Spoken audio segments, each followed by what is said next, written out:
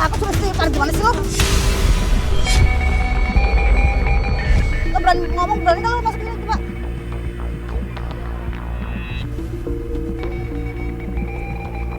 Coba lo duluan masuk yuk, berani nggak? Astagfirullahaladzim, Bu Sri, udah. Ibu Sri jangan nyuruh orang lain. Ini terapi yang sudah disiapin, shock terapi ini buat ibu, Bu Sri ya. Bukan buat yang lain. Ayo cepet. Enggak, boleh kakek. Ayo cepet ibu masuk.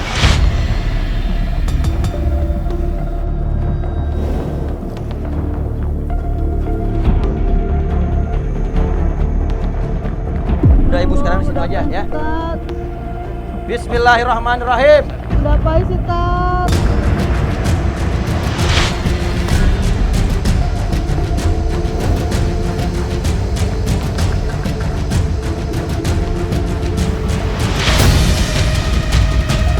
Ampun banget! Ampun!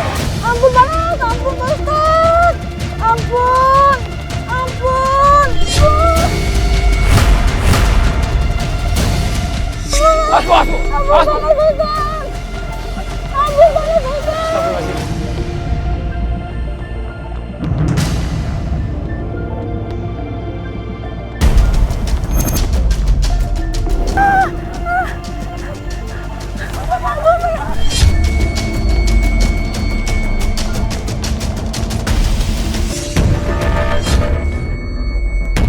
Astagfirullahaladzim. Nanti coba saya tarik dulu. Panas!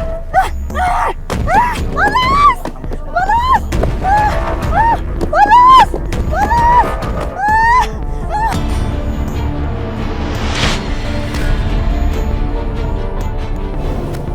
Fadli, Iya Pak Ustadz. Masya Allah. Padahal saya belum jelasin, ya, bahwasanya Allah Subhanahu Wa Taala berfirman dalam Al-Quran. Kata Allah Subhanahu Wa Taala dalam surah Al-Baqarah ayat 225, alladzina yakuluna riba la yakumuna illa kama yakumul ladzi yataqabbatuhu syaitanu minal mas. Orang-orang yang di dunianya suka memakan harta riba, maka nanti pada saat dibangkitkan dari kuburnya, mereka tidak bisa bangun, tidak bisa berdiri, bagaikan orang yang kesurupan dikarenakan penyakit gila.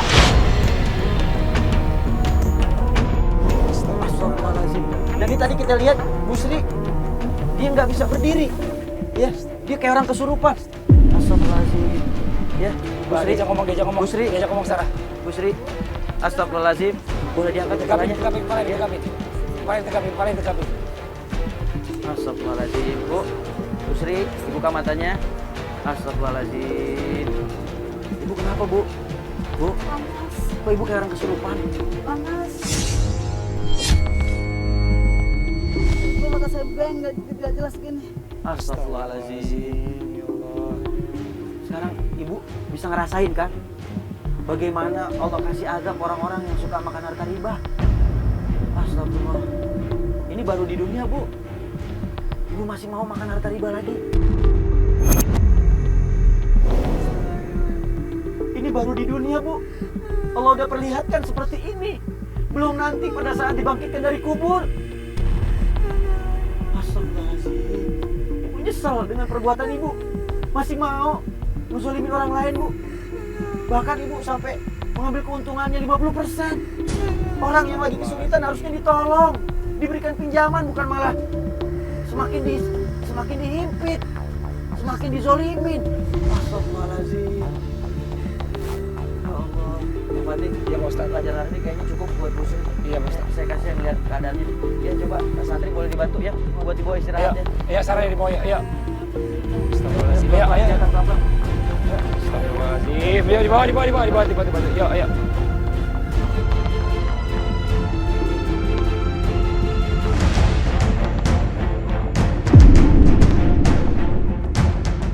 Iya. Mesti sekarang udah seger lagi kan nih. Udah siap lagi belajar nih buat proses yang berikutnya nih Bu ya. Hukuman apa lagi Pak Ustadz yang dikasih saya, Pak Ustadz? Astagfirullahaladzim. Panas banget badan saya. Ini lagi nih air. Ini udah nih. Masya Allah, ini Bu Sri ya. Ini bukannya hukuman, tapi ini pelajaran yang ada di rumah Idra. Ini namanya shock terapi. Ini saya ambil ya sesuai dengan apa yang ada dalam hadis baginda Rasul Nabi Muhammad SAW. Diterangkan di dalam sebuah hadis yang diriwayatkan oleh Imam Bukhari yang datangnya daripada sahabat Samurah. Ya. Enggak apa-apa nih saya nyuruh sini. Nah dulu ibu dengerin dulu, saya lagi terangin ya. Jadi dipotong dulu ya. Jadi pada saat itu Rasulullah SAW ketika Isra Mi'raj, Rasulullah melihat ya di satu buah sungai yang berwarna merah seperti penuh dengan darah, dan sungai itu dikelilingi dengan api. Lalu kemudian ada orang-orang yang di tepian sungai tersebut mengumpulkan batu. Lalu orang yang mengumpulkan batu itu mempersilahkan orang untuk menyeberangi dari sungai tersebut, dan setiap sisi ada orang yang menunggu.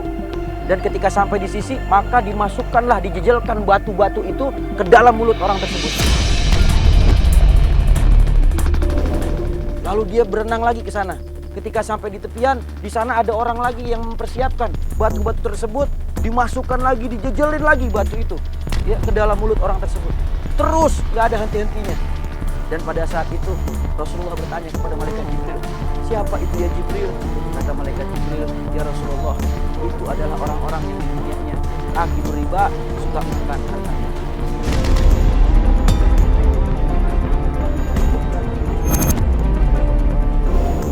Dan ini saya kasih pelajaran, ya ini belum seberapa nanti di nerakanya Allah, ya kalau di neraka nanti bakal dijelin batu-batu dari bara api neraka, ya dan suruh menyeberangi sungai yang dikelilingi api neraka.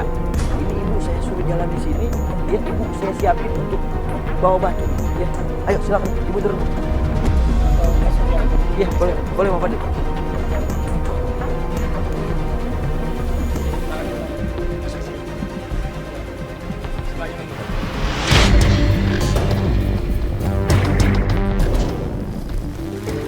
Pegang. Astagfirullahaladzim. Pegang. Ibu agak nunduk. Ya, nah tahan begini. Udah diam. Tahan begini aja. Kalau Pak Ustadz nggak salah nih Pak Ustadz. Pak Ustadz tadi cerita kan memang neraka, bukannya kita masih hidup. Ini penggambaran di dunia, Bu. Ibu emang sanggup nanti ketika masuk neraka diazab seperti yang saya tadi ceritakan? Kok Pak Ustadz tahu kalau bakal saya masuk neraka? Justru itu, saya nggak tahu apakah ibu masuk neraka atau masuk ke surga. Justru karena kita sayang sama ibu, karena kita sesama hamba Allah, saling mengingatkan. Biar ibu bisa bertobat sebelum datang ajal. Biar ibu bisa terselamatkan dan ibu bisa masuk surga.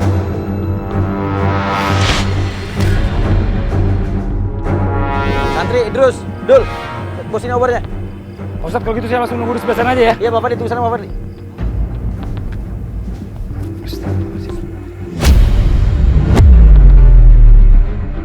Ayo jalan Bu.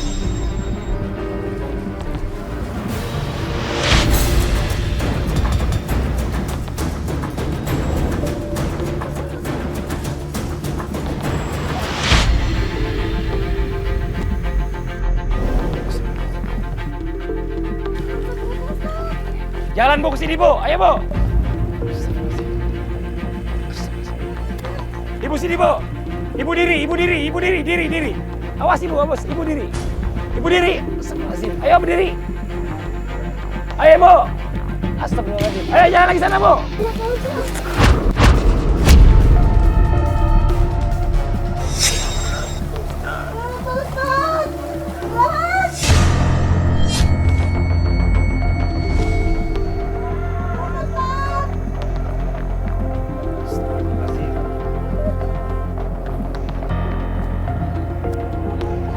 Ini saya tambah lagi Bu.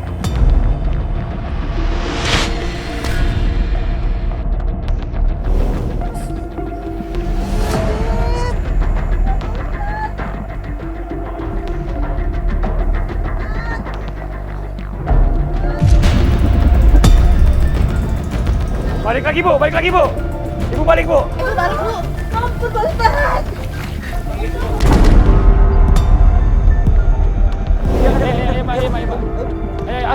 Santri, tolong bantu santri.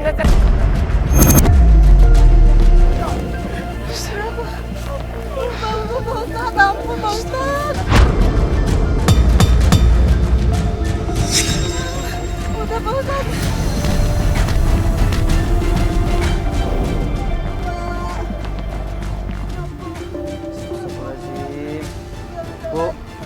Bu, ini baru pelajaran di dunia Bu, bagaimana nanti azab Allah di neraka Bu. Astagfirullahaladzim. Ibu masih ngomong renten Bu.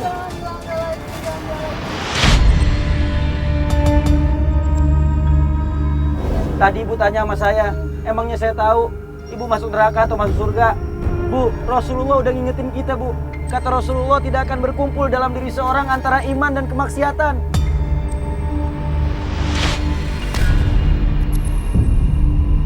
Ketika dia bermaksiat, maka dalam keadaan tidak memiliki iman. Ketika dia beriman, maka dia tidak akan mengerjakan kemaksiatan. Dan khawatir pada saat ibu melakukan makan riba, pada saat itu Allah cabut ajal ibu. Ibu mati dalam keadaan sul khatimah.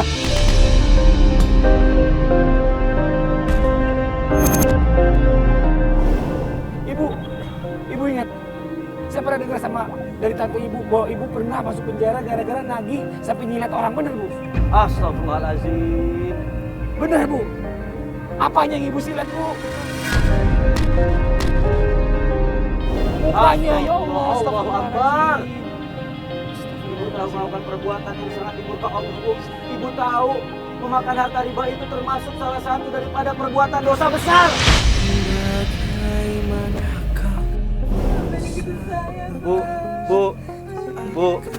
Bu, ibu minta maafnya sama Allah, Bu.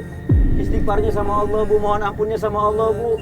Saya, Bang Fadli, dan juga tim bekal sebelum ajal, semua cuman wasilah perantara, Bu.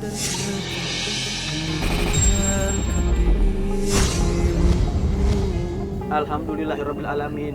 Baru beberapa tahap ibu laluin, ibu sudah menyesali perbuatan dosa yang ibu lakuin. Mudah-mudahan nanti pada saat masuk ke proses muzakarah, ibu bisa lebih mantap lagi bertobat, taubatan nasuha. Amin.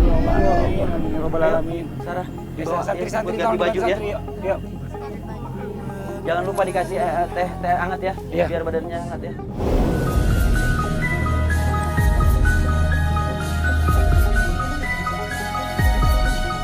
Nah, Bu Sri dengar saya Bu Sri. Bu Sri jangan bengong ya. Dengerin saya ngomong nih Bu Sri. Bu Sri dengar saya ngomong.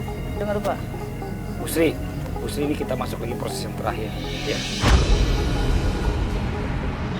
Bu Sri, sebelum kita kafani, mungkin Bu Sri ada sesuatu yang mau disampaikan nih ya sama orang tua di kampung.